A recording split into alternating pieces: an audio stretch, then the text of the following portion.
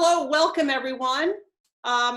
This is the professional learning community, the PLC breakout room B, and basically this is an open conversation. I'm going to act as the moderator to, kind of facilitate the questions and so on, but I really want all of you to feel very comfortable unmuting yourselves and having a good conversation about teaching art online. I have taught art history online since 2005. So I'm pretty comfortable with some of the resources and the challenges of teaching art history. And I would really like to hear from those of you who have been teaching art, studio art, fine art, design, all of it online, and some of the issues that you've had. So if you would like, I'd like very much for you to introduce yourselves, tell me what you're teaching, and let's start with beginning with some of the challenges that you've had just this term.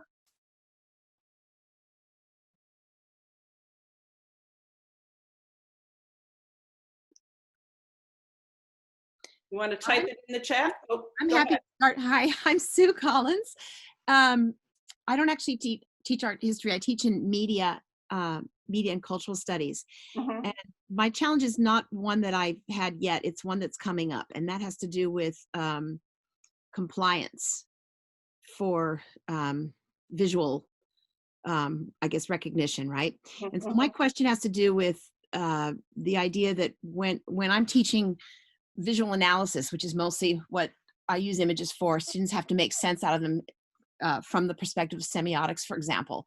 So the actual thing that they're doing is analyzing an image, and I don't see how I can reconcile that with a kind of compliance for images when the whole point is to be able to interpret an image. And so I'm just bringing up a technical thing. Maybe this isn't appropriate for this particular forum or not, but I'm wondering if since you're dealing with using images in art history, I know you have content that's historical, but you also are dealing with visual analysis, how you're going to handle that or how you are handling that.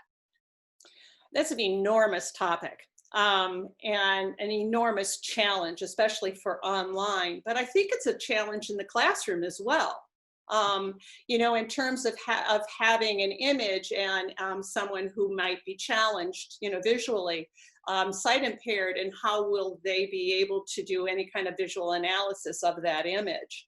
The big thing about just going from the classroom to online is that, to keep the site, just the site itself, ADA compliant, would be to be able to tag that image with a descriptor.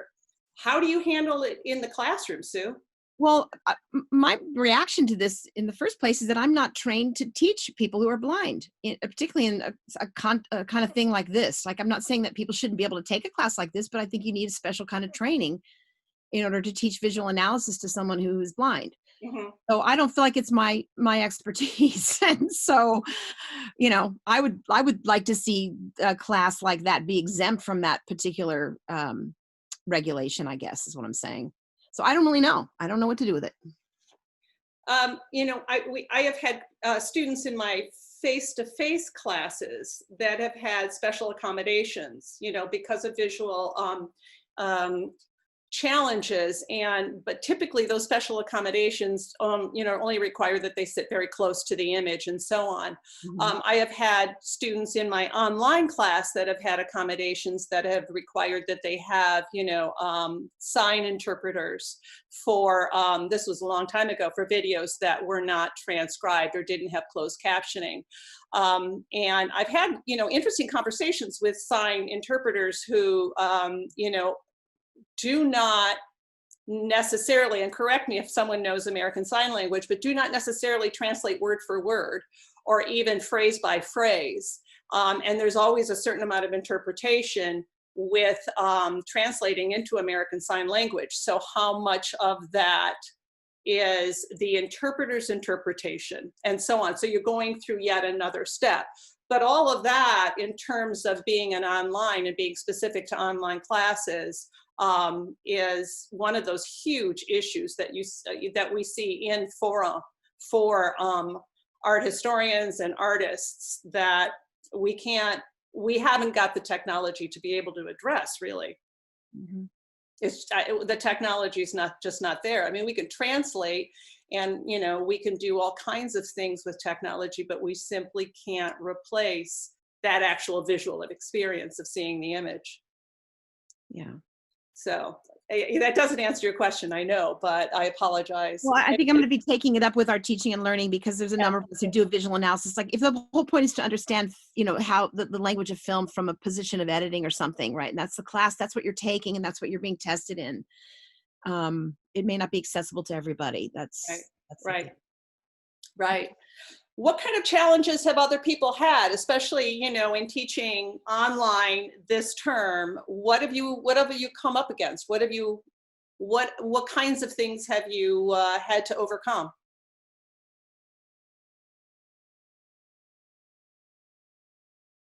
I I I haven't actually faced them myself, but I'm constantly working with other faculty members, and particularly 3 or 4 right now who have brought up the challenges of, say, there's no way you can suggest that they run a power saw at home, although they could all be supervised in a certain place Mhm. in the visual and performing arts area. Yeah. Or they could look at pottery, but they don't have a potter's wheel or supplies, or and a variety of things like that. That they don't have what they need to do that kind of stuff, a studio type of stuff at home, or to do it safely, at least, Right. for sure. Well, in an effort to be able to kind of expand, what my appreciation for what's been going on this term, especially among studio artists, I have been um, I've joined a couple of different fora for fine artists, and I've compiled a list of sites that they have offered for artists. They're in, and I'm going to share it with you. I'm going to show it to you, but I don't have screen sharing yet. But this list has just a bunch of links, and I apologize. It really should be better organized, but I just started putting together links because it's an amazing community. First of all, the amount of sharing, the amount of collaboration is just really amazing. But these links have been are shared across the blogs, the artist blogs, and I'm amazed at what some people have come up with. So, I'm happy to share it with you, and it will be, again, in this Google box. I had got permission both from Lori Faulkner and Tatsuki have allowed me to share their sites with you as well.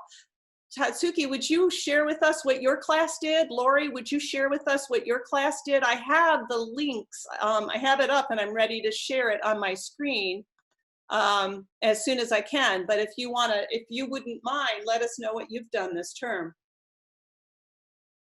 Just unmute yourselves. Hi, so my name is Tatsuki Hakoyama. I've been teaching as an adjunct for different drawing classes. And this semester, um, again, usually, I would showcase student work in the hallways, but because of, the changes, I could actually feel like almost like the motivation drop for a lot of students, especially when they spend hours and hours working on artworks.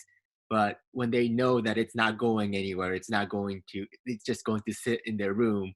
Um, I can kind of feel how like they were still questioning why they are making some of these things. So I decided to kind of, well, if I don't have a chance to showcase as part of Kendall's open house, what can I do to make sure that there's, kind of like uh, some kind of goal that they can work towards. And that's why I started to kind of think about the online gallery so that I can let them know that I want to showcase what they make in class.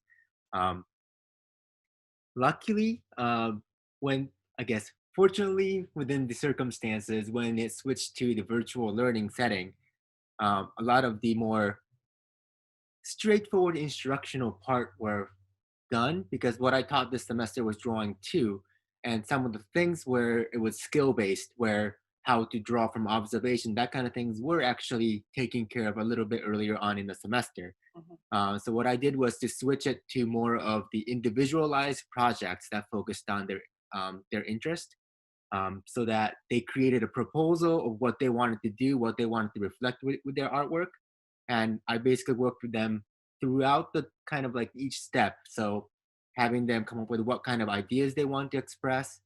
And then from there, we discussed, well, what can you do with the materials they have on hand? Because some of them actually had to leave the campus before taking all their supplies. They had limited supplies. So I talked through, well, if this is what you want to communicate, what kind of stuff can you do with the limited materials? And from there, I worked with them on like, in addition to a lot of the formal things like, the techniques that they should be working on, how they can communicate, and then also had them work on creating artist statements discussing what they intended to communicate through their art, so that they could on the website I could try to showcase, not just the craftsmanship aspect of the art making, but also the idea of communication. And if you read through some of the artist statements, you can actually see that a lot of the students reflected on their current environment using coronavirus as part of their kind of driving force in their artwork. I still don't have screen sharing. Do you mind if I put the link up? Yeah, So go ahead. So there's a link to drawing two. Now, Gail asked, Gail, and please feel free to unmute yourself, but she asked, how did you demonstrate drawing techniques? Hey Taz, nice to see you. How are you? I'm doing well. I need to know the technical way you demonstrate drawing. You need more equipment, you need 2 cameras, you need 2 links. How did you demonstrate your drawing techniques to your students? Okay, so for this time around, because I started working on more individualized projects, what I had students do was to take progress images of what they're working on and had it sent by email with any kind of descriptions. What I did was using digital drawing software and a tablet. So I do own a Wacom Intuos tablet that I'm able to use to draw over students' work to show anything that, like, if the proportions are off, I can look at their original reference images and kind of create, marks on their drawings to show what needs to get adjusted. Same thing with things like value, what needs to get pushed. Those kind of things I did draw with comments on their drawings digitally, so that I could send back the digital drawing with all the comments that they need to reflect on and why they needed to do that. Again, because a lot of like the more traditional introductory level part was done earlier in the semester, the demonstrations that I did were not as much for the whole class, but more so tailored towards what the individual student's project needed, which is why I chose to make sure that they send in images for their specific project and trying to reflect as much as I can to meet the needs of the individual project and what they intended to do. So moving forward, when you don't have the pleasure of 4 weeks of in-classroom instruction and you have to start teaching somebody how to draw with a pencil on paper from the very beginning online, what would you recommend we do? Look at, study Google to get a start. I would say having some kind of camera, multiple cameras actually would probably be best. The trickiest thing is, well, from teaching, drawing classes for the past few years, the tricky thing is that it's not just an information that we're trying to transfer. It's skill of practice that the students needs to, understand and practice. And each student will always be at different levels. And I think the best way is to have multiple cameras from different views so that we can try to show what exactly it is that we're doing. Because I do understand that if it's one camera just going through the process, I don't think that's going to provide sufficient communication between each student to really help them comprehend the skills that they need to do. But again, I haven't done this through practice yet, so I don't know exactly how that's going to go. But I'm guessing if we can showcase what different angles, different views of the skill that we're trying to do, I think that's going to be very beneficial from the student's perspective. Good point. I'll enjoy practicing with you. Thank you. Did you tape any demos? Did you do any videos of yourself, demonstrating any techniques or anything like that? Or do you anticipate doing that? In the future, I will definitely anticipate doing that. Again, fortunately for this semester, a lot of that part was covered in the first, few months. I am sure that I will be doing a lot more of that if I'm teaching a drawing-based class. But I think at that point, what I'm planning to do is to do a more generalized process, and then from there, it's going to be, again, meeting with students one-on-one, trying to assess what their drawing is lacking, that kind of thing, so that the comments that I provide are actually valid and relevant to each student. Because again, like I think with the studio classes, the difference is that it's longer for one, because it takes time for the students to practice some of these things. As the instructor, we can always provide information of the skills and techniques, so we can teach them, well, as the information, mixing yellow and blue will make it green on with colored pencil. We can show them this is how you properly blend colored pencils to get the right color. However, just because they have the information does not mean they are capable of producing that same results.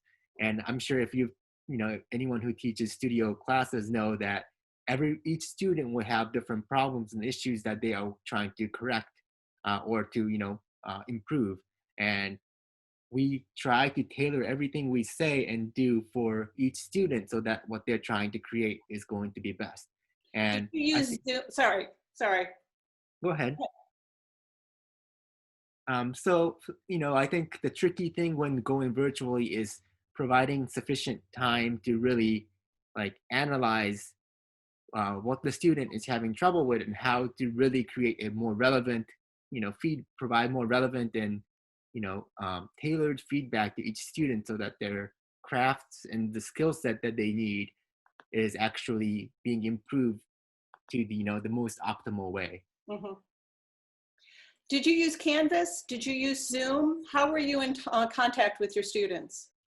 I used Canvas this time around, because when it just started, I just there was a week or so where I didn't have access to the Zoom yet to reach out to the students. So I started using the conference feature on Canvas, and just kept doing weekly virtual meeting with each with the class.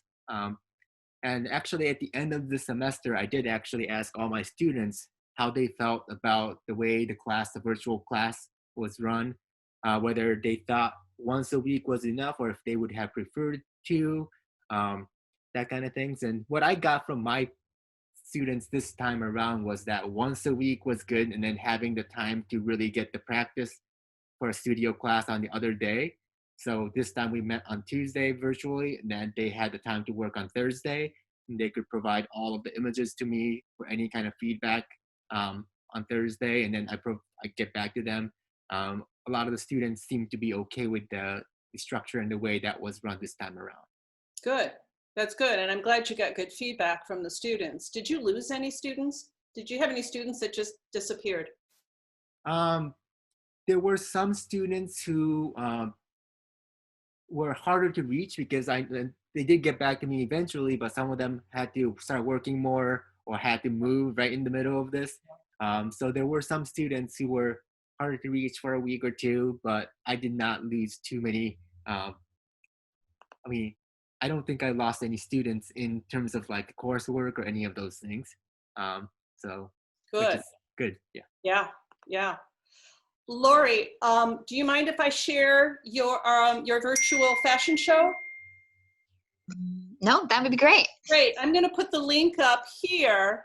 And I just heard from eLearning. I think they're going to let me share your screen. But there's the link to the virtual fashion show. All right. We're in the middle of the semester. Your students have been working in the studio. Everybody go home. You're online. Yes. How did you do this?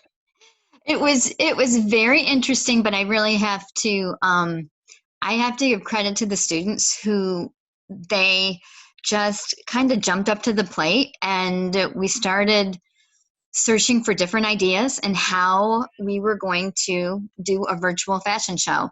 We had spent the first part of the semester basically working on the theme of the show, graphics, where it was going to be located, how it was going to be put together. We had started the call for models. So we needed models to obviously wear the garments, and we started the call for garment submission. And so as that was all happening, then we were told to stay home. Right. So we had to figure out how we were going to first of all, have the garments submitted, because they were going to be submitted in person, and we're used to, we're visual. So we're used to having control and having everything be in front of us, and then we select, and that's how we would move forward. So the first thing we did was look at some different sites to see where we would want this fashion show to take place. So Weebly.com, that's where the previous one, the drawing gallery, is. We looked at Wix, and we decided on Wix because there was one particular format that we liked that would allow us to start out with our video from last year, so we could still have the excitement and the movement and the music that you get with a fashion show, being present at a fashion show. And we used last year's fashion show, did it's actually about a minute, condensed it down to about a minute.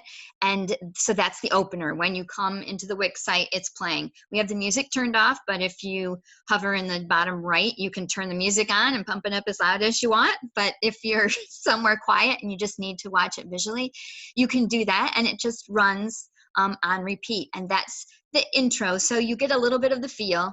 And then the next button really gives you the gallery. And we liked that idea because you still got the motion from the fashion show, but then we moved into what we could do for this year. And our first idea was to have a small group of models and have all the garments submitted. This was the very, last part of March, where we're thinking that maybe we can still do some things in person. Mhm. And then we would shoot those going down the runway in a studio. And but very quickly we figured out that that was not going to be allowed. We submitted that idea, and it didn't. They just weren't sure what the governor was going to do at that point, and he said they weren't sure that we would have the ability to do that. So then I did a little research, and Shanghai was going to do their very first virtual fashion week. That's how they were going to do it. Have the models be on site, still film them, put it together in like a running fashion show. So we couldn't do that. So we decided the only thing that we could really do is have students submit their work, try to get it completed, which was really the hardest part, because they're trying to complete their work off-site, but we needed it before the end of the semester to put it into the fashion show. So that was really our biggest, the biggest hurdle to overcome. But we were able to get submissions from our seniors, even the seniors going to FIT, which was great because sometimes they can't participate because school doesn't get out for them for another 2 weeks. So they have their information on there as well. So it's really, really nice. And we could show that in a gallery format. So each student submitted their work. Luckily, some students had been very forward thinking and were able to do some studio work before the COVID-19 hit. So you can see that there are some that are more sophisticated than others. Those are the students that we try to encourage to have some photography done in a studio beforehand. And then the ones that are outside or have white backgrounds, those were submitted either by freshmen because we wanted to include work from every level. So it starts out as senior work, then it goes to junior, then sophomore, and then the freshmen, who this was their first project, and it was the recyclable project. And they had to submit those by, I think we asked everything to be in like the third week in April because we wanted it out on May 1st. That was the day. And so everyone we found a way to give them a basic guideline. Here's what we'd like. pictures on one model, front, back, side views.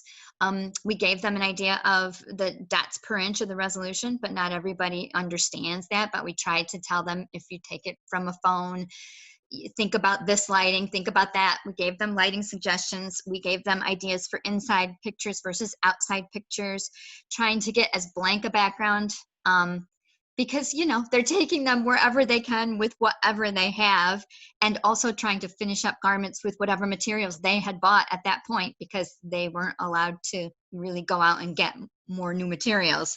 That was mentioned before as well.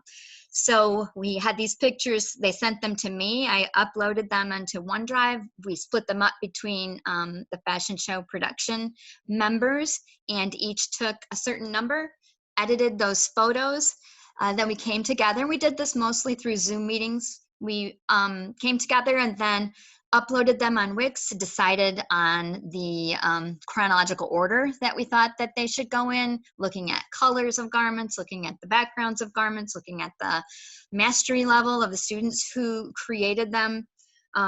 And so that's how we decided on senior to freshman, and ending with what we thought was a really cool freshman garment, which is the one there you see at the bottom right. And that's all made out of, yeah, it's Riley Florino, and she's a freshman. And that garment is made out of the brochures from our fashion show that were left over 3 years ago. So we had a fashion show called Common Ground. You can see if you look really closely, those are the brochures from Common Ground.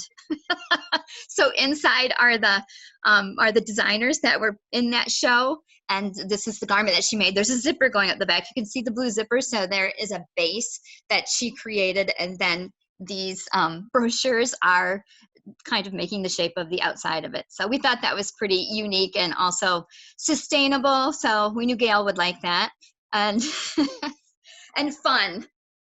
Yeah, and it worked. I'm very proud of them. I think I think it's a great way for the students to show their work.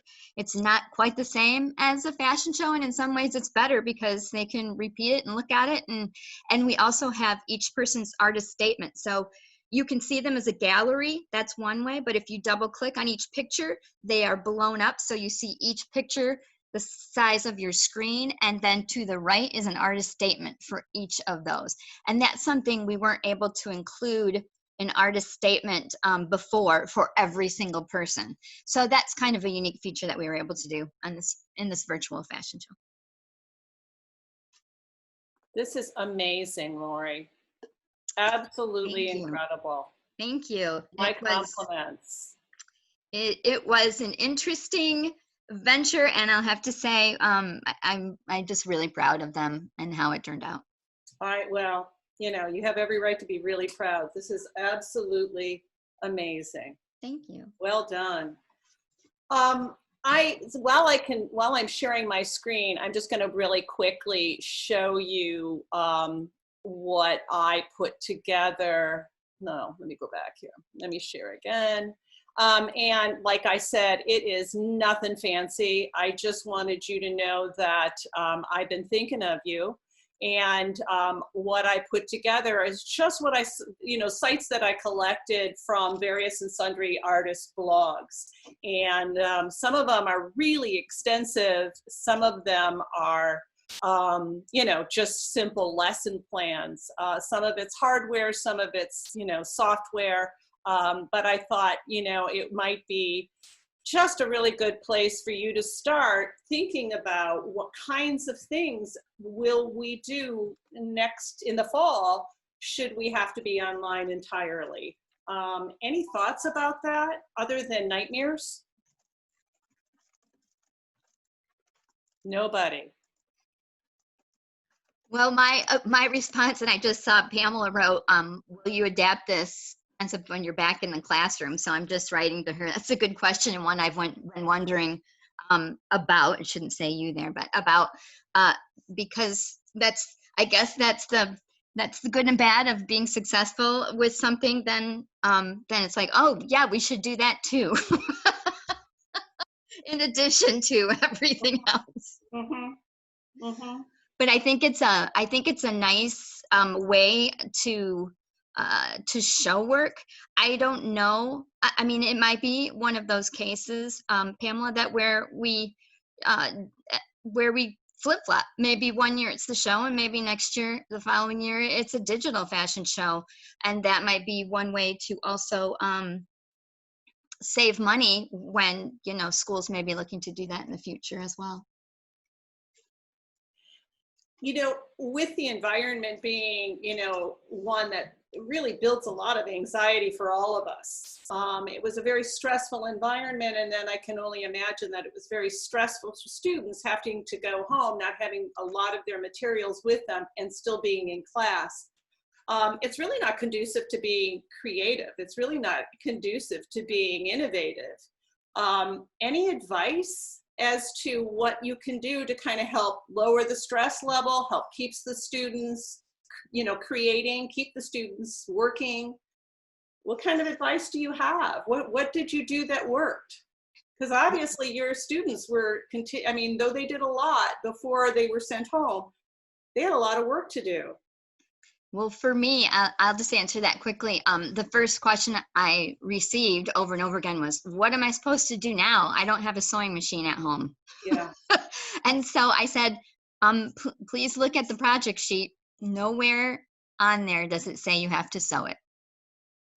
Wow. So that's the first thing I said, okay, because not everybody's going to have that available to them. Some people will, some people won't. And that's when they started going, oh, okay. So if you have a perfect world, they all have their sewing machine and they can still go ahead and they have some materials there. In this case, some did, some didn't. So I just opened it up and said, we can make these however you need to make these. This is your opportunity to be really creative and just go for it. Mm-hmm. Mm-hmm. Anyone else? What are your plans for the fall? What kinds of things are you planning to do in the fall? Should we be completely online?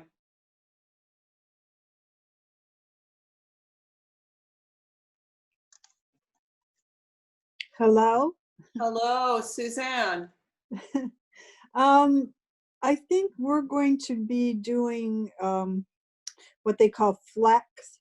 So if we have to go online for a bit and then come back face to face and that kind of thing. But I teach ceramic courses, and I saw that on one of the docs you had put ideas for that. I'm going to be teaching, one of my classes is wheel throwing, and I'm really in a quandary about teaching ceramics in general, even hand building, because a lot of the students may not have a space that they can work freely in. They might be with their parents. They might not have an area for that. Mm-hmm. I see the experience as being so different than a face-to-face and working with their peers. A lot of their education, I think, comes just from interacting with each other. So I don't know. I'm frustrated. I'm really frustrated. So I'm looking for different ideas. I really don't know about wheel throwing. I just, students have to practice. There's just you can watch so many videos and demonstrations and talk about the history and all that, but unless you're actually practicing on a wheel, you're not. You might gain a little bit, but really it's hands-on. Yeah, a lot of the artist blogs that I'd been following were really talking about the having to adapt things like, printmaking and wheel throwing and, jewelry and things like that don't adapt at all to being at home. And the kinds of things they were thinking of doing, with this flex plan where the students will be in the studio for part of the time and then going home. and doing what they can from home is one of the, obviously one of the things that they're talking about, at least at Ferris. I saw this morning that Cal State, which is the biggest college, university system in the country, is going completely online in the fall. So, really, we're all up in the air as to what fall's going to look like, but having students in the studio for just a short period of time and then going home and doing what they can at home, obviously that's going to rearrange things for you. At least it'll give them some practice time, but, building up a course around a short period of time of actual studio hands-on. Any plans on how you would organize something like that? Well, I never really thought about it that way. Like, bringing them in for a short period of time. There's some possibilities around that. I'm just starting to think about how to organize this. Be completely honest with you. Sure. It's got it to not know how the time will be structured and then have to come up with a course is going to be a challenge in itself. But, these kinds of questions of being flexible. So what will I do with this project if they have, the full class time, if they only have part of the time, if they're at home completely? Those are things, individual, I guess, what, step by step you're going to have to do. I was kind of thinking about what you just said. I just wrote something in the chat box. This is Lori. Hi, Lori.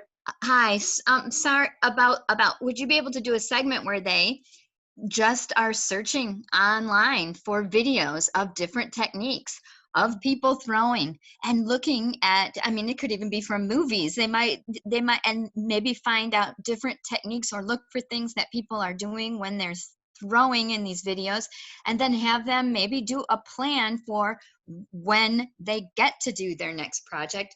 This is something I'd like to try, and I would do this step, and then I would try this and this and this. So they're not actually doing it, but they're investigating the different techniques, and it might get them excited about then being able to try it once they finally can. Mm-hmm. Thank you. Sure. One of the things I wanted to promote, only because I love this idea, is the sketchbook project. Does anybody know about this? It is, I don't know why, I am complete, yeah, Scale. I am just over the moon about this. Let me share my screen. And there's something about creating a book that, this is from the Brooklyn Brooklyn Library, the Brooklyn Public Library, but it's also a project that they've been doing, I think maybe 2, 3, 4 years, where they will send you a book, a regular old book. It can be a digitized book or it can be a standard book. And this book is a sketchbook that students create, and then at the end of which they mail it back to the Brooklyn Library, and it is given an ISBN, and then it goes on a bookmobile, and people can check it out. I don't know what they're doing with the bookmobile right now, but it's the Brooklyn Art Library, and people can check it out, and you have created a real book that goes around and touches other people. And it's just one of those things that I have always been, I like the idea of journals. I like the idea of sketching, sketchbooks, and so on. So this has always been one of those things in the back of my mind that I've always really been excited about. I have one actually here that a student did. I could just show you the size.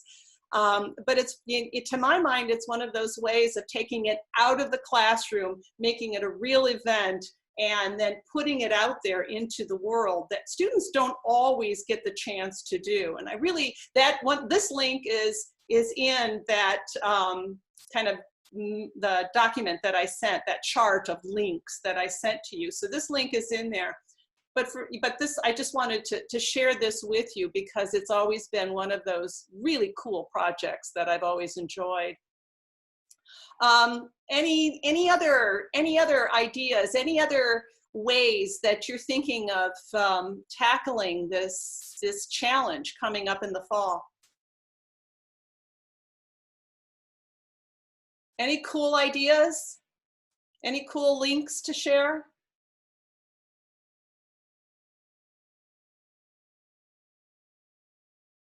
No? I have gotten a text from Kelly. Kelly Sinkowski texted me and said that they will do the closing at 3. So in 4 minutes, you are invited to return to the main room, and you will be invited to participate in the closing and kind of the end of after party. But I want to thank all of you for helping me out here with this conversation. And if you have any super cool links you want to send to me, I'll keep this Google Doc open and I'll keep adding to it. And I promise to try to organize it a little bit for you as well. All right. Thank you all. Good luck in the fall. Thank you, Lori. Thank Pat. you. Thank you. Bye-bye.